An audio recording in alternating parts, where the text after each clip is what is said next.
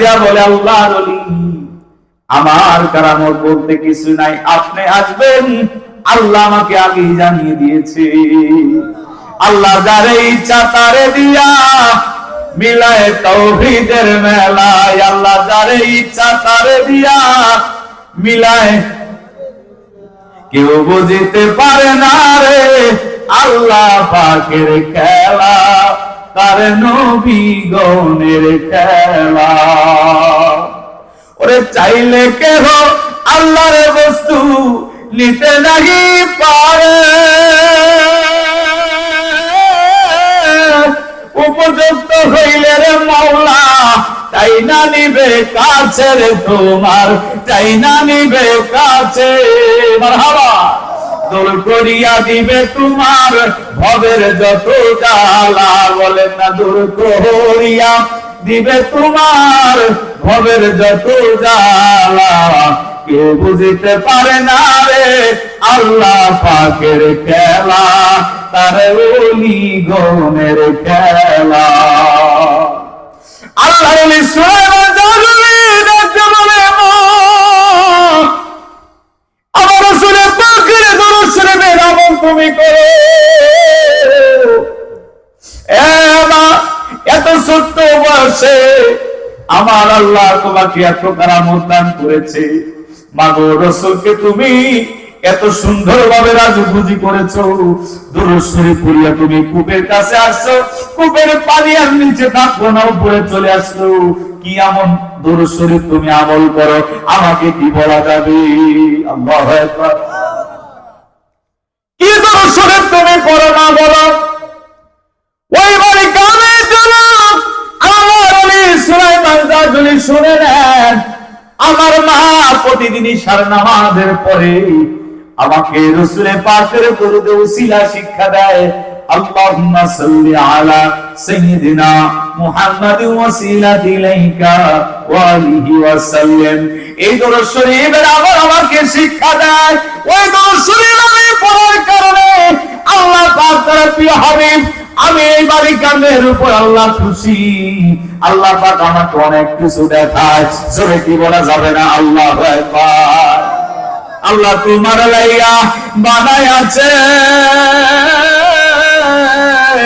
সারা দুনিয়া গো নবী, নবী তুমি আশরাফুল আম্বিয়া, বলেন না, নবী তুমি আশরাফ। বন্ধু মুসলমান, নবীর দরুদের কত ফজিলত। আল্লাহর সুবহানাহু তিনি ওখান থেকে আর দূরে গেলেন না, বাড়িতে ফিরে আসলেন।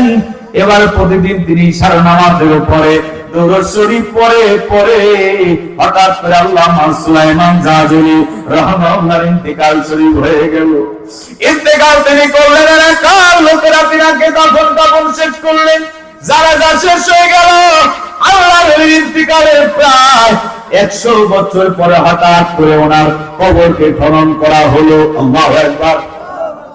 সুলাইমান জালালির কবরকে খনন করা হলো। এবার এলাকাবাসীরা দেখে আল্লামা সুলাইমান জালালি রাহমাহুল্লাহ তিনি 100 বছর আগে কবরের জগতে যেভাবে রাখা হয়েছিল, দেহটা যেমন ছিল, 100 বছর পরে যাইয়া দেখে সুলাইমান জালালির দেহটা তেমনই আছে। ও মায়ার নবী গো, তুমি প্রেম শিখায়া কোথায় লুকায় লাই, ও মায়ার নবী গো, তুমি প্রেম শিখায়া,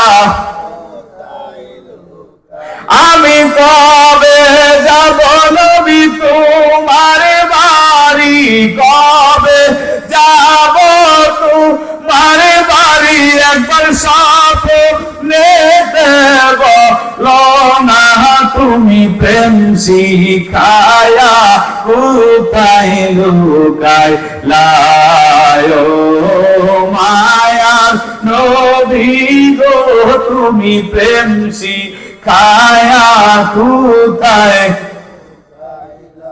আমার নবীর উপরে দরুদ শরীফ পড়লে লস হবে না মুসলমান, লস হবে না।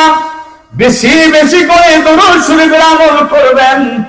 মা বোনেরা যারা আছেন প্রতিদিন ঈশার নামাজ পড়া যখন শেষ হয়ে যাবে তাসবিহ হাতে নিয়ে 500 বার দরুদ শরীফ পড়বেন। আমার পীর মুর্শিদ জামানার মহাকামেল খাজা ফরিদপুরি তিনি আমাদেরকে ঈশার নামাজের পরে 500 মতবার দরুদ শরীফ শিক্ষা দিয়েছেন।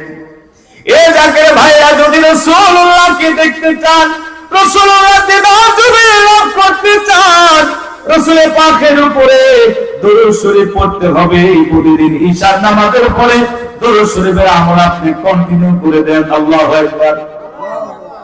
এভাবে প্রতিদিন আপনি রাসূলের পাকের দরুদ শরীফ পড়তে থাকেন, রাসূলুল্লাহ যদি রাজি খুশি হয়ে যায়, দেখবেন একদিন না একদিন মদিনার কামলিওয়ালা আপনার আমার পুরে ঘরের মধ্যে হাজির হয়ে যাবে। কত আশিকের আমার নবীর দিদার পাইল, নবীর উপর দরুদ শরীফ পড়ে নবীর দিদার পাইল, রুহানিয়াতের স্বপ্ন যুগে কত না ভাবে আমার নবীর দিদার পাইল। কথা বলেন ঠিক কিনা? আমার রাসূল বললেন, জিবরাইল বলল, যারা মা বাবাকে পাইল, মা বাবার খেদমত করলো না, তারাও ধ্বংস হয়ে যাক। রাসূলুল্লাহ বলেছিলেন, আজকে আমাদের দেশের যুবকেরা দেখা যায়, অশ্রীমঙ্গলবাসী ও সাদেগাঁওবাসী শুনে যাও, গোপালপুর এলাকার লোকেরা শুনে যাও, আজকে মাহে রমজান মাস আসতেছে, আমাদেরকে কিছু শিক্ষা অর্জন করতে হবে। আমাদের হেলায় হেলায় দিন চলে যায়, যুবকের আজকে তোমাদেরকে পাওয়া যায় না, মাহফিল হলে তোমাদেরকে খোঁজ পাওয়া যায় না। কারণ কি?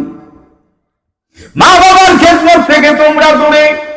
মা বাবার খেদমত যারা বাদ দিয়েছে, এরা কোনোদিনও ভালো সন্তান হতে পারে না।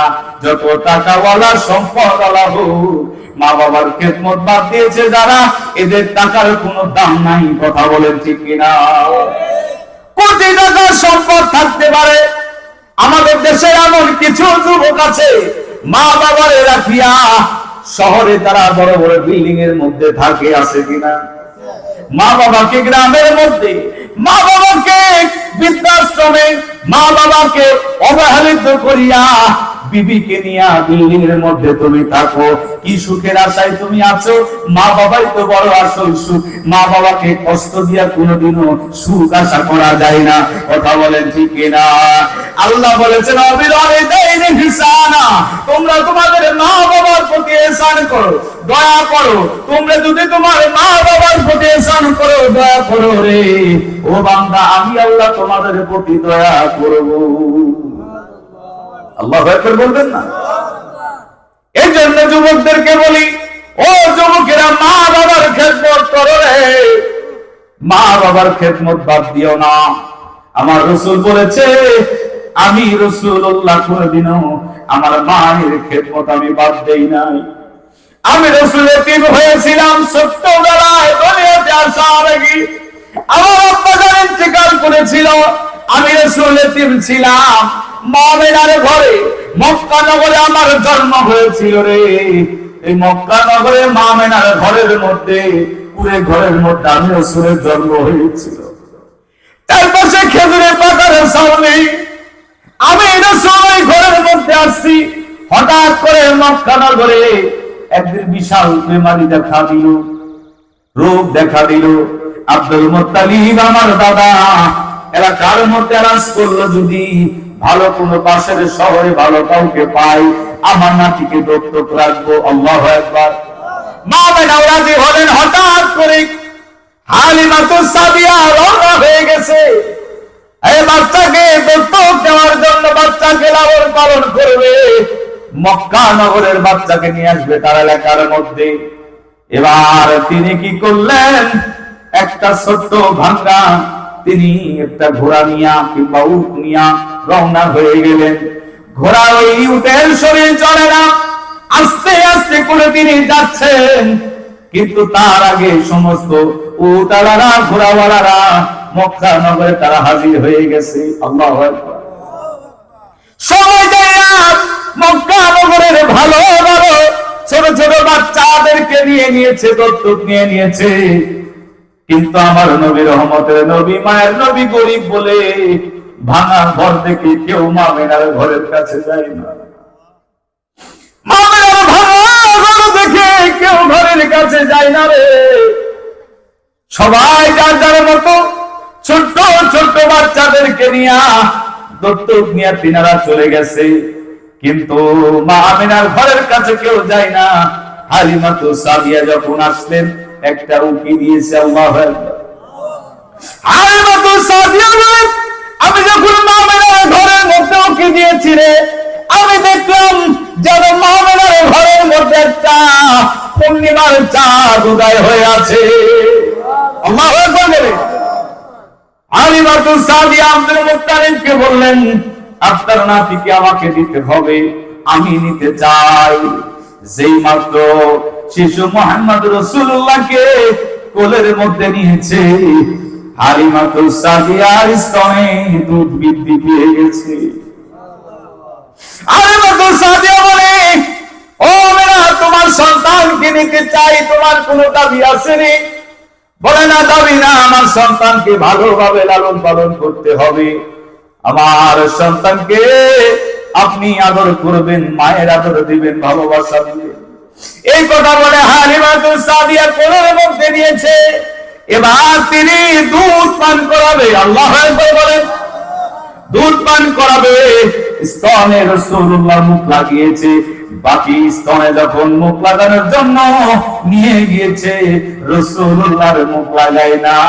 তিনি বুঝাইলেন, দ্বিতীয় যে স্তনটা, এটা আমার দুধ ভাই, এটা আমার দুধ ভাই, তিনি খাবে। আল্লাহু আকবার। এটা খাবে। আমার আরেকজন ভাই আছে, তিনি ভাইয়ের হককে বুঝতে পারলেন। আল্লাহু আকবার বললেন। হালিমাতু সাদিয়ার আরেকটা সন্তান ছিল, তার হককে নষ্ট করে নাই। রাসূলুল্লাহ ওই একটা স্তনে তিনি মুখ লাগায়া খাইতেন। নবী আমার একদিন মসজিদে নববীতে বসে আছে, হঠাৎ করে বৃদ্ধ মহিলা আসতো। রাসূলের পাকের পাগড়ি মোবারক খুলে দিলেন, পাগড়ি মোবারক খুলিয়া বসতে দিলেন। ওই বৃদ্ধ মহিলাটা তিনি বসলেন, কথা বললেন। অনেক সময় পার হয়ে গেল। এবার সাহাবীরা দূর থেকে রাগান্বিত হয়ে গেছে, কি ব্যাপার, এই বৃদ্ধ মহিলাটাকে রাসূলের পাকের পাগড়ি মোবারক খসায় বসতে দিল? আমরা রাসূলুল্লাহর পাগড়িকে এত ইজ্জত করি, রাসূলুল্লাহর পাগড়িকে এত সম্মান করি, এই মহিলাটাকে, এই বৃদ্ধ মহিলাটাকে বসতে দিল, এত সম্মান করলো কে? এই মহিলাটা। মহিলাটা যখন চলে গেল, সাহাবায়ে কেরাম বলে, ইয়া রাসূলুল্লাহ, আমি বললাম, নবী গো, আমরা জানতে চাই এই মহিলাটাকে। নবী আমার চোখের পানি ছেড়ে দেয়া বলে, সাহাবীরা, এটা হলো আমার দুধমা হালিমাতু সাদিয়া। আমি রাসূল যখন ছোট ছিলাম, আমাদের এলাকার মধ্যে বেমারি দেখা দিয়েছিল, অসুখ কুষ্ঠরোগ দেখা দিয়েছিল। আমার মা মেনা তখন হালিমাতু সাদিয়ার কাছে রক্ত রেখেছিল। আমি তার কাছে ছিলাম, কোনদিন আমাকে কষ্ট করতে দেয় নাই, কষ্ট বুঝতে দেয় নাই, আমাকে সন্তানের মতো লালন পালন করেছে। আমি আমার মাকে সম্মান করলাম। সাহাবীরা রে, তোমরা অবশ্যই আমার পাগড়িকে ইজ্জত করো, কিন্তু মা যিনি, যদিও তিনি আমার জন্মদাতা মা নয়, তিনি আমাকে জন্ম দেন নাই, কিন্তু তারা দুধ খেয়েছি, তার দুধের ঋণ আমি শোধ করতে পারবো না। ও সাহাবায়ে কেরাম, শোনো, তোমরা কোনোদিন তোমাদের মায়ের মনে কষ্ট দিও না। জোরে কি বলা যাবে না? আল্লাহু আকবার।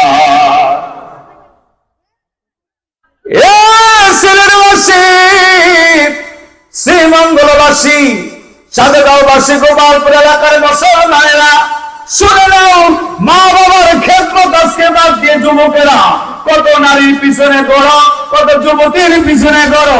মা বাবাকে ফেলায় রাইখা, মা বাবাকে বৃদ্ধাশ্রমে রাইখা নিজেরা মনে করতেছ আমরা বলে সুখে থাকবো। না, সুখ তোমার হবে না। বিবি দ্বারা হোক, সন্তানের দ্বারা হোক, সে কষ্ট পাবে, দুনিয়া থেকে কষ্ট পাবে। যে মা বাবার খেদমত করবে না, যে মা বাবাকে ইহসান করবে না, ওয়াবিল ওয়ালিদাইনি ইহসানা, যে ইহসান করবে না, মা বাবার প্রতি দয়া অনুগ্রহ যার আসবে না, তার সন্তানও তার সাথে সেই আচরণ করবে। কথা বলেন ঠিক কিনা? এটা আমাদের দিনের মধ্যে বাস্তব দেখা ঘটনা। কত ঘটনা পৃথিবীতে ঘটতেছে বাবা, কত ঘটনা। আল্লামা শিবলি নোমান তিনি কাবা শরীফে হজ করার জন্য যায়।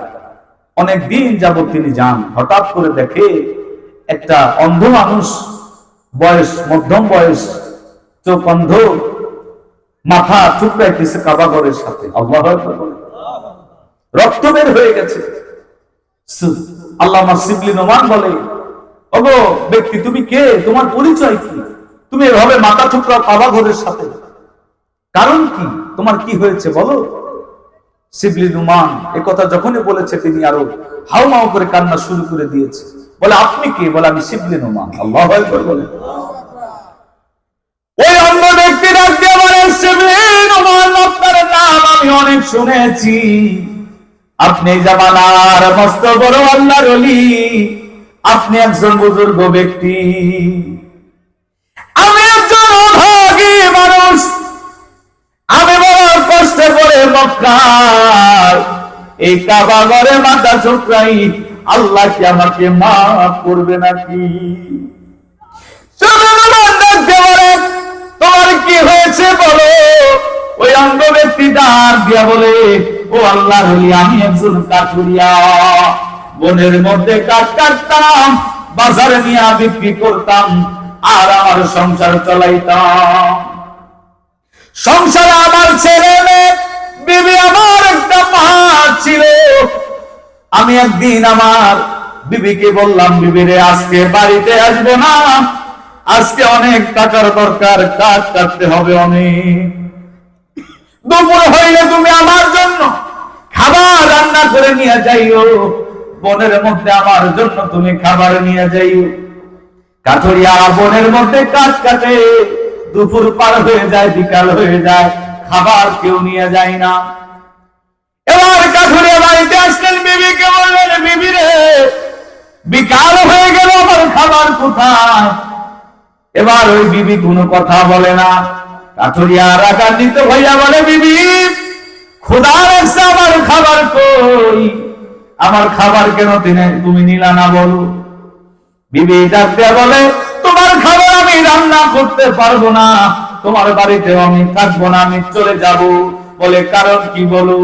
ওই বিবি ডাক দিয়া বলে, ও স্বামী কাঠুরিয়া, তোমার ঘরের মা আমাকে অনেক নির্যাতন করে, আমার সঙ্গে ঝগড়া করে, আমি তার সঙ্গে ঝগড়া করেছি, আমি তোমার ভাত খাইতে পারবো না, তোমার সঙ্গে থাকতে পারবো না, আমাকে তুমি বিদায় করে দাও। কাঠুরিয়া বলে, কি হয়েছে বলো? বলে আমি থাকতে পারি যদি তোমার মার তুমি বিচার করো। আচ্ছা বলুন তো, সন্তান হয়ে কি মার বিচার করতে পারে? মা যতই খারাপ হোক, মা যতই খারাপ হোক, সন্তান হয়ে কেউ মার বিচার করতে পারে? মা জন্ম আপনাকে আমাকে জন্ম দিয়েছে। এ মুসলমান, দুনিয়াতে যখন আমরা আসতেছিলাম, মার কলিজার মধ্যে আমরা আঘাত করে দুনিয়াতে আসছি। মা ওই দিন অজ্ঞান হয়ে গিয়েছিল। জনম দুঃখিনী মা ওই দিন অজ্ঞান হয়ে গিয়েছিল। আল্লাহ বলেছিল, ওরে ফেরেশতারা যা, ওই বাচ্চার কান্নার আওয়াজ মায়ের কানে শোনায় দে। আমাদের ছোট্ট ছোট্ট কান্নার আওয়াজ যখন মায়ের কানে শোনানো হয়েছিল, মা দরদি চেতন হইয়া বলেছিল, ও বুবুরা, তোমরা কোথায় আছো? আমার সন্তানকে আমার কোলের মধ্যে দাও। আমাদের রক্ত মাখা কানিয়া শিশু অবস্থায় মা আমাদেরকে কোলের মধ্যে নিয়া আমাদের কপালে, আমাদের মুখে ঠোঁটে চুমা লাগায় দিয়েছিল। কথা বলেন ঠিক কিনা? মার মতো দরদি হয় না যে মা 10 মাস গর্ভের পেটে রাখলে কোনদিনও কষ্ট বুঝতে দিল না। শীতের দিন আসলে আমরা যখন বিছানার মধ্যে প্রসাব করে দিতাম, মা আমাদেরকে ডান হাতে শোয়ায় রাখতো। ওই ভিজা পানি, ঠান্ডা পানি গায়ে রাখবে বলে, আমাদের জ্বর আসবে, ঠান্ডা লাগবে বলে মা দরদি আমাদেরকে বাম হাতে শোয়ায় রাখতো। কথা বলে ঠিক না? বাম দিকে শোয়া রাখতো, আমরা প্রসাব করে দিতাম। এই ঠান্ডা পানি গায়ে রাখবে, জল আসবে বলে মা দরদি আমাদেরকে বুকের মধ্যে শোয়া রাখতো। জান্নাতের চাবি আমার মা, মা গো জান্নাতের চাবি আমার মা, বলেন না জান্নাতের চাবি আমার মা, মা গো জান্নাতের চাবি। খালা বুবু মায়ের মতো না, না রে জান্নাতের চাবি আমার মা। বন্ধু মুসলমান, আমরা ওই দিন কত কষ্ট দিয়েছি, আমার জনম দুঃখিনী মাকে কত কষ্ট দিলাম রে। একদিন এই কষ্টের তাড়নায় আমাদেরকে ফেলে দেয় নাই, কত রকমের কান্নাকাটি করলাম, এরপরে মা আমাদেরকে আঘাত করে ফেলে যায় নাই, মা আমাদেরকে কষ্ট দেয় নাই। মায়ের মনে কষ্ট দেবে না, আল্লাহ বলেছে তোমার মা তোমার জান্নাত। আল্লাহু আকবার বলে, তোমার মা তোমার জান্নাত। মা বাবা যদি সন্তানের জন্য দোয়া করে রে, ওই সন্তানের কোনোদিন অভাব থাকে না। মা বাবা দোয়া করলে সন্তানের কোনো অভাব থাকে না, সন্তানের গরিবত্ব থাকে না, সন্তান দুনিয়ার মধ্যে ভালো চলবে। মা বাবার খেদমত বাদ দেওয়া যাবে না। এবার কাছুরিয়া রাখতে বলেন, আমি আমার বিবিকে বললাম, বিবি কি হয়েছে বলো। আমার বিবি বলল, তোমার মাকে যদি বিচার না করো আমি তোমার কাছে থাকতে পারবো না। এবার কাজটা বলে, বিবি দাঁড়াও আমার মায়ের কাছে আমি শুনি।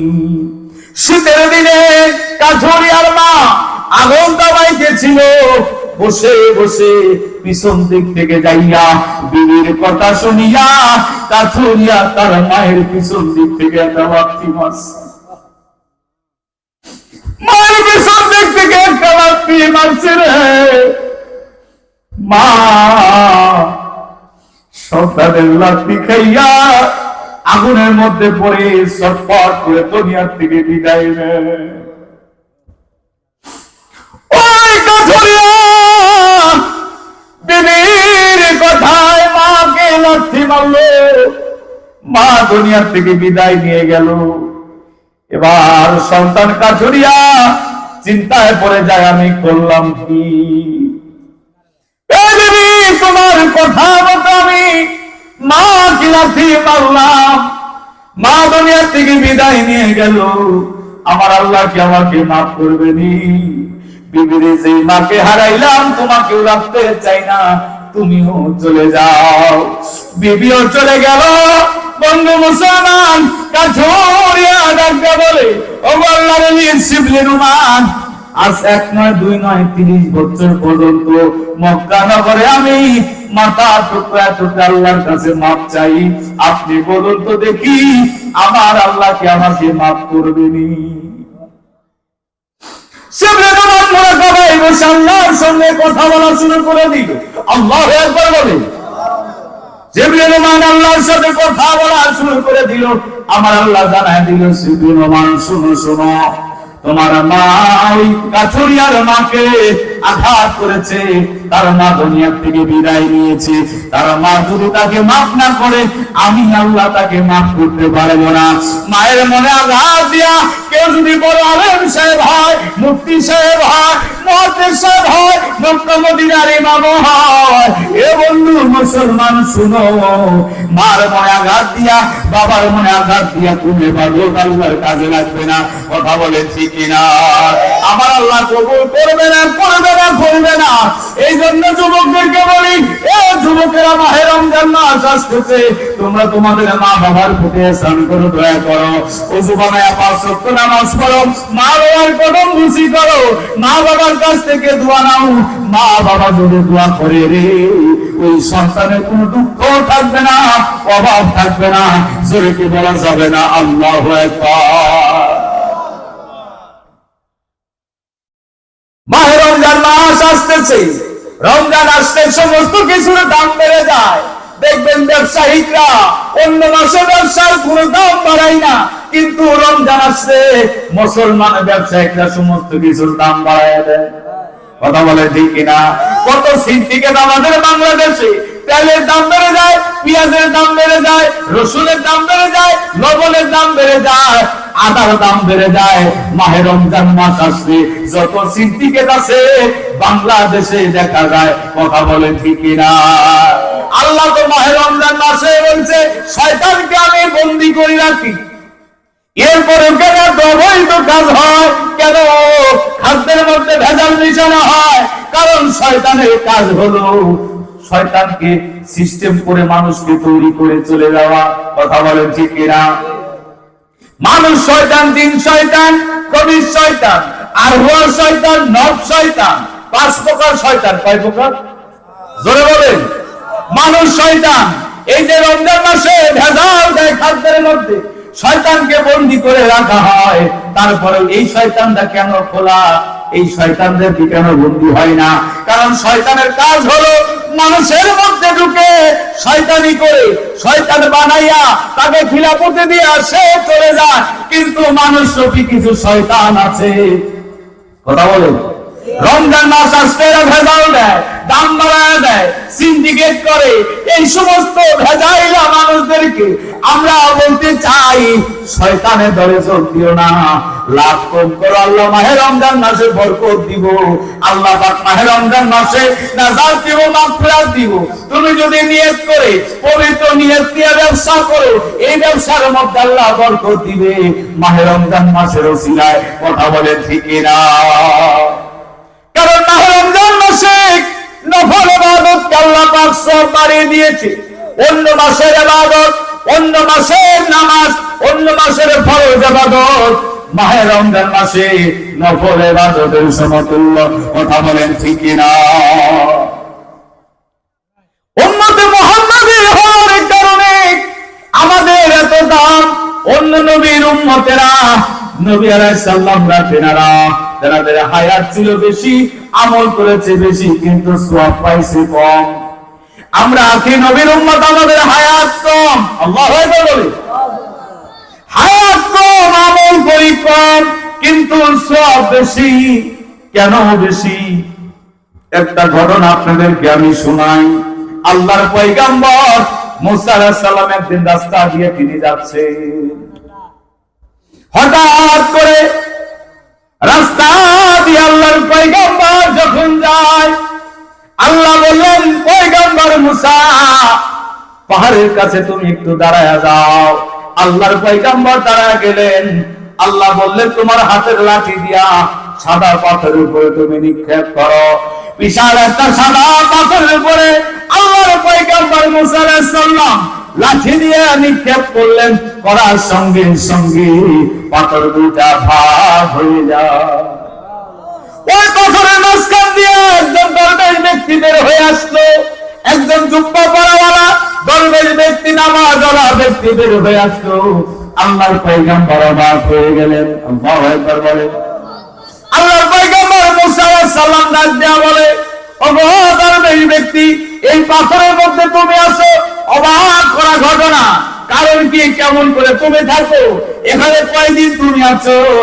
এবার ডাক দেয়া বলে, ওগো আল্লাহর নবী মুসা আলাইহিস সালাম এখানে 1 নয় 2 নয় 400 বছর পর্যন্ত আল্লাহ আমাকে রাখছে।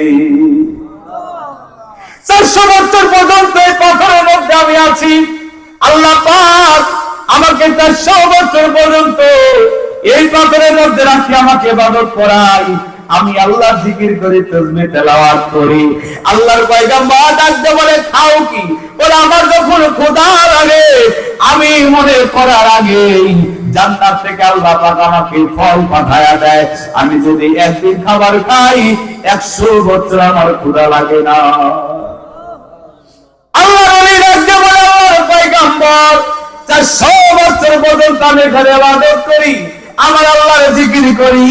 মুসা আলাইহিস সালাম বলে, 400 বছর ইবাদত করো, আমার কওমে তুমি আসছো।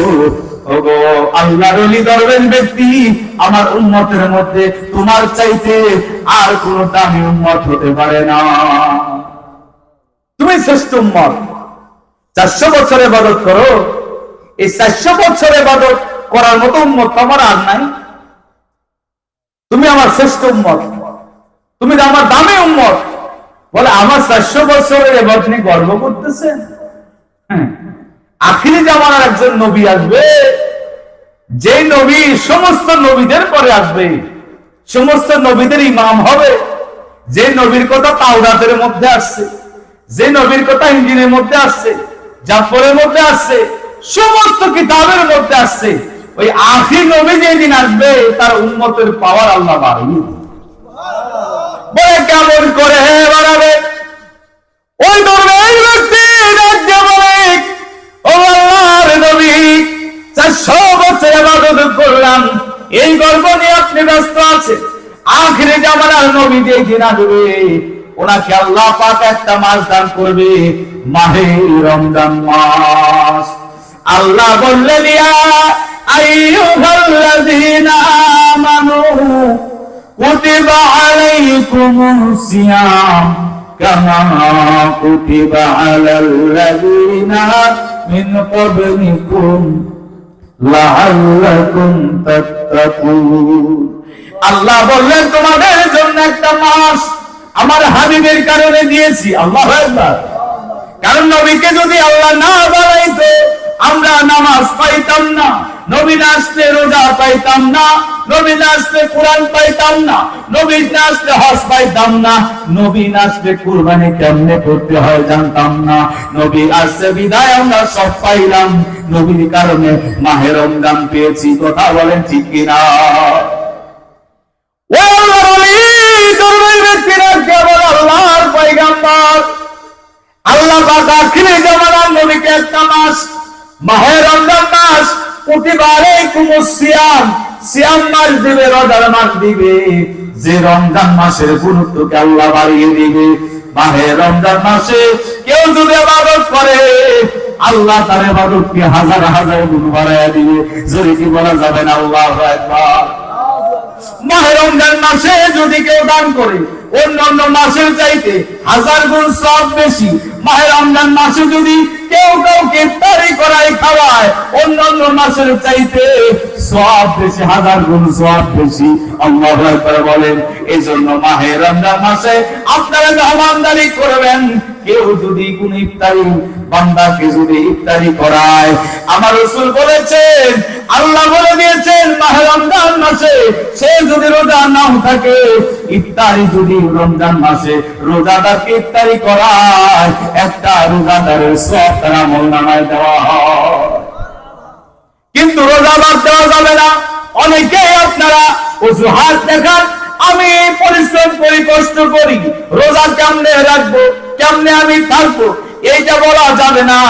রোজা রাখা অবস্থায় যদি আপনার আমার মরণ হয়ে যায়, মাহে রমজান মাসের একটা মাসের যেই সওয়াব আমাদের ইন্তেকাল হয়ে গেলে সেই সওয়াব আল্লাহ লিখে দিবি।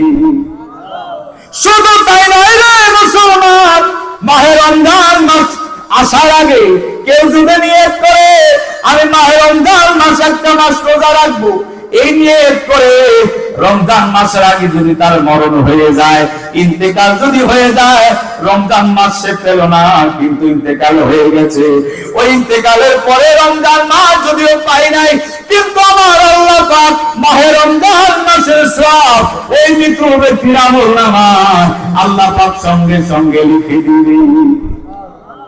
তাহলে রমজান মাসের গুরুত্ব কত?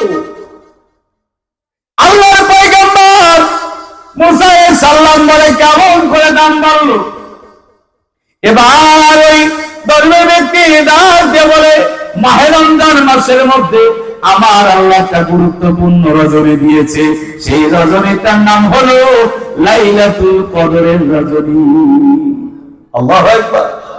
লাইলাতুল কদরের রজনী, যে রজনীতে কেউ যদি 2 রাকাত নফল নামাজ আদায় করে, ওই 2 রাকাত নফল নামাজের এত পাওয়ার, এত ক্ষমতা, আপনি আমাকে নিয়ে গর্ব করতেছেন।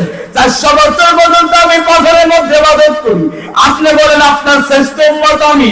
এই 400 বছরের ইবাদত এত মূল্যায়ন হবে না, এত গুরুত্ব হবে না। আখিরে জামানার নবীর উম্মত যদি লাইলাতুল কদরে 2 রাকাত নফল নামাজ পড়ে, ওই 2 রাকাত নফল নামাজের কাছে 400 বছরের আমল কিছুই না।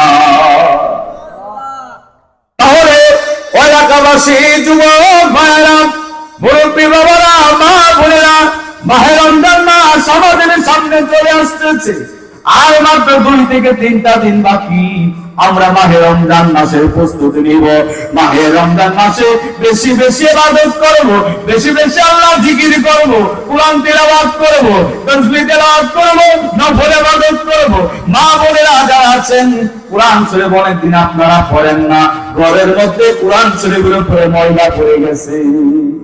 কথা বলে, কুরআন শরীফের উপরে ময়লা পড়ে গেছে। কুরআন শরীফ পড়েন না, অভিশাপ কিন্তু পাবেন। ঘরের মধ্যে রহমত আসবে না, রহমত বন্ধ থাকবে। মা বোনেরা, মাহে রমজান মাসে তওবা করে, আপনারা আল্লাহর কাছে ইস্তেগফার করে, বেশি বেশি করে তওবা করে, নামাজের পরে একটু কুরআন শরীফ নিয়ে বসবেন, দেখবেন মনের কাছে কত শান্তি পায়। এ মুসলমান, এ দুনিয়ার কেউ আপনার আপন হবে না। একদিন আপনাকে আমাকে কবরে যাইতে হবে। আজকে যার জন্য এত কিছু করলেন, বাড়ি করলেন, ঘর করলেন, এত বিল্ডিং সাজাইলেন, এত সম্পদ করলেন, মরণ যেদিন হয়ে যাবে এই সম্পদ আর কবরে দিবে না। কথা বলেন ঠিক কিনা? টাকা পয়সা বাড়ি গাড়ি যাহাই করেছো, সবকিছু ফালাইয়া তুমি একাই চলেছো। আমি ভেবে দেখি যাবার বেলা কেউ তো আপন নাই। আমি ভেবে দেখি যাবার বেলা কেউ তো, আমার মরণ আসিবে কবে কেউ তো জানে না। আমার মরণ আসিবে কবে, এ দুনিয়া সারা জীবন থাকার জায়গা না। অন্ধকার কবর যে আমার আসল ঠিকানা। বলেন, এ দুনিয়া সারা জীবন থাকার জায়গা না। অন্ধকার কবর যে আমার, আমি ভেবে দেখি যাবার বেলা কেউ তো আপন নাই। আমি ভেবে দেখি যাবার বেলা কেউ তো আপন নাই। আমার মরণ আসিবে কবে কেউ তো জানে না।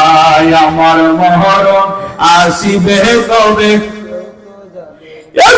মুসলমান, যেদিন আপনার আমার মরণ হয়ে যাবে রে, সম্পদ কোনো কাজে রাখবে না, বিবি সন্তান কেউ আপন হবে না।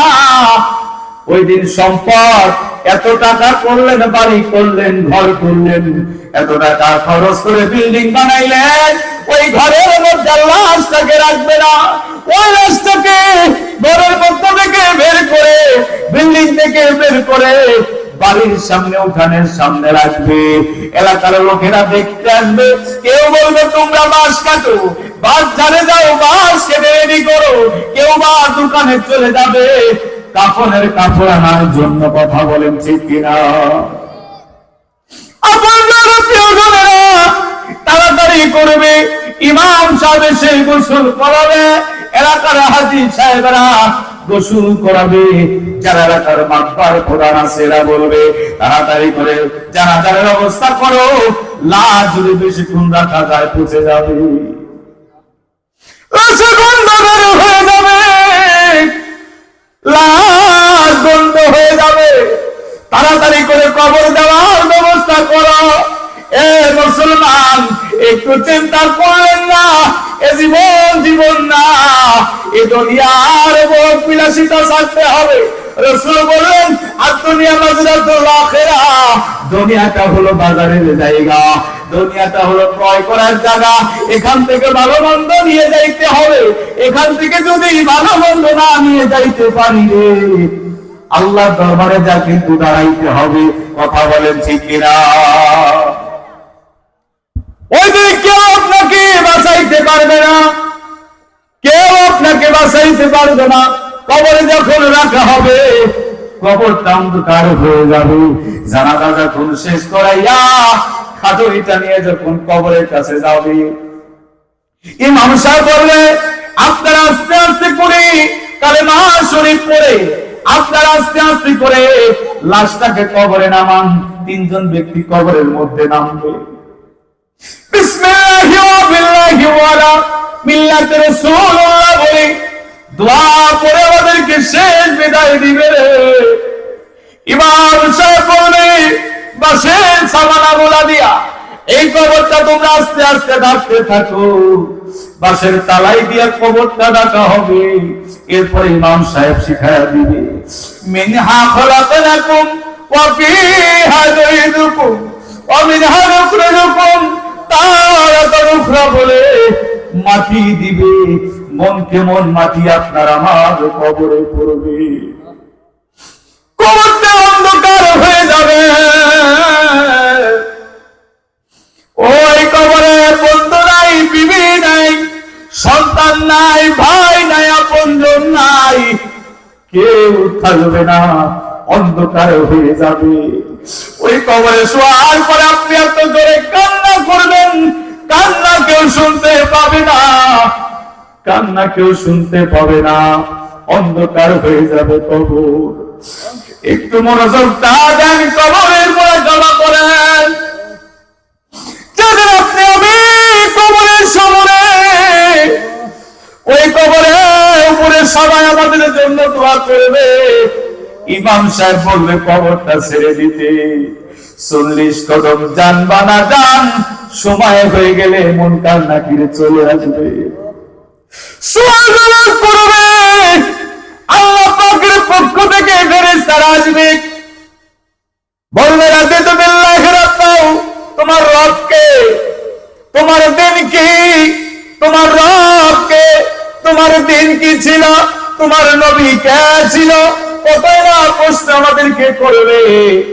আল্লাহ তাআলার পথে, রাসূলুল্লাহ তরিকতের পথে, রাসূলুল্লাহর তরিকায় যারা জীবন যাপন করেছে এদের কোনো ভয় থাকবে না। যদি আপনি সওয়াল জবাব সঠিকভাবে দিতে পারেন, ওই ফেরেশতারা বলবে কানা নাওমাতিল উরুস, আল্লাহর বান্দারা ঘুমায়া যাও, ঘুমায়া যাও, ঘুমায়া যাও, তোমাদেরকে ডাক দেওয়া হবে না। ময়দানে হাসরে আমার আল্লাহ উঠাবে, যেই দিন উঠাবে আল্লাহ বলবে তাদেরকেও তোমরা উঠাও, আল্লাহু আকবার। ওই জান্নাতি মানুষদেরকে উঠাবে, তাদেরকে আল্লাহ পাক ফেরেশতাদেরকে বলবে আমার জান্নাতি মানুষ যারা দুনিয়াতে আমার হুকুম পালন করেছে, যারা মাহে রমজান মাসে যারা রোজা রেখেছে, যারা গুনাহ মাফ করাই দিয়েছে, আমার বন্ধুর তরিকা অনুযায়ী যারা চলেছে, আমার বন্ধুকে যারা মহব্বত করেছে, বন্ধুকে যারা ভালোবেসেছে, এদের কোনো বিচার লাগবে না, বিচার লাগবে না, বিনা হিসেবে জান্নাতের ব্যবস্থা করে দাও। বন্ধু মুসলমান শুনে নাও, আর জাহান্নামে যারা থাকবে রে, এদেরকে জাহান্নামের আগুন দাববে, এরা দৌড়াইতে থাকবে, পাগল হয়ে যাবে। হাসরের মাঠ যেদিন কায়েম হবে, মা ফাতেমা ওই দিন করবেন কি জানেননি? আমার নবীর মেয়ে মা ফাতেমা এক হাতে থাকবে বিষের পেয়ালা, আর এক হাতে থাকবে জুব্বা, রক্ত মাখা জুব্বা। ইমাম হুসাইনকে শহীদ করা হয়েছিল, মাওলা আলীকে শহীদ করা হয়েছিল, সেই রক্ত মাখা জুব্বা আর বিষের পেয়ালা থাকবে। আল্লাহু আকবার। ওই রক্ত মাখা জামা বিষের পেয়ালা নিয়া আল্লাহ দরবারে বলবে আল্লাহ কি এমন অপরাধ করেছিল আমার দুইটা সন্তান, আর আমার স্বামী কি অপরাধ করেছিল যে কারণে শহীদ করা, দুনিয়া থেকে বিচার করেছে, দুনিয়া থেকে বিদায় করেছে, শহীদ হয়েছেন। ও আল্লাহ, আমি বিচার চাই, স্বামী হত্যার বিচার চাই, দুইটা সন্তান শহীদ হয়েছে, এদের বিচার চাই। আল্লাহ পাক বিচারের জন্য বসবেন, জিবরাইল আমিন দৌড়াইতে দৌড়াইতে চলে যাবে আমার নবীর কদমে। বলবে ইয়া রাসূলুল্লাহ, উম্মতের জন্য দুনিয়াতে আপনি কাঁদলেন, হাসরের ময়দানে আপনি কান্না করতেছেন সিজদায় পড়ে। ইয়া রাসূলুল্লাহ, আপনার সমস্ত উম্মত জাহান্নামে চলে যায়। নবী আমাদেরকে বলে জিবরাইল কেন জাহান্নামে চলে যায়?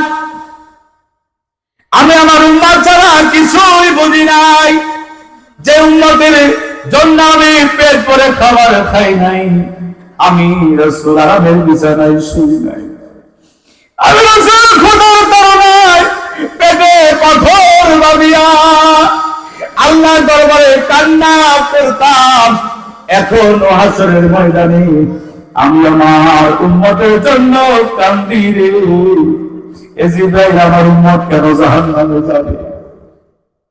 জিবরাইল আমিন বলবেন ইয়া রাসূলুল্লাহ, আপনার মেয়ে ফাতিমাতুজ জহরা আজকে ময়দানে হাসরে হাজির। এক হাতে বিষের পেলা, অন্য হাতে রক্ত মাখা জুব্বা। আল্লাহর কাছে বিচার চায়। আমার আল্লাহ যদি বিচার করে, একটা উম্মত জান্নাতে যাইতে পারবে না। নবী আমার একটা দৌড় দিয়া চলে যাবে মা ফাতেমার কাছে। মা ফাতেমাকে বলবে, মা ও মা ফাতেমা, কি তুমি করো রে? তুমি যদি বিচার চাও, আমার একটা উম্মত জান্নাতে যাইতে পারবে না, এটাই কি কথা ছিল মা? ফাতেমা তো জোরা বলবে, আল্লাহ আমার আব্বাজানের উম্মতের জন্য আব্বাজান কোনদিন আমাদের কেউ এত দেখে না। উম্মত ছাড়া কিছুই বুঝতো না। আমি বিচার চাইলাম, আমার আব্বাজান বলে তার উম্মতটা কি জাহান্নামে চলে যাবে? না না, আমি ফাতেমা এটা মেনে নিতে পারবো না। ও আমার আল্লাহ, যে রক্ত মাখা জামা আর বিষের পেলা মুসিলা বানাইলাম, ও আমার আল্লাহ, এই রক্ত মাখা জামা আর বিষের পেলা মুসিলা করে আব্বা জানের উম্মতকে তুমি জান্নাতের ব্যবস্থা করে দাও। ইলাহি আলামিন, আসমান আর জমিন সৃজন করিলেন আল্লাহ যাহার খাতিরে। নবীজির শানের কথা বলবো গো কারে, নবীজির শানের কথা বলবো গো পারে তরি বান্দিয়া, পারে তরি বান্দিয়া। আমার নবী তাকবীর দাঁড়াইয়া, ইমাম হাসান হুসাইনের রবে দুই কিনারে। নবীজির শানের কথা বলবো গো কারে, নবীজির শানের কথা বলবো গো কারে। এতে বলিয়া গো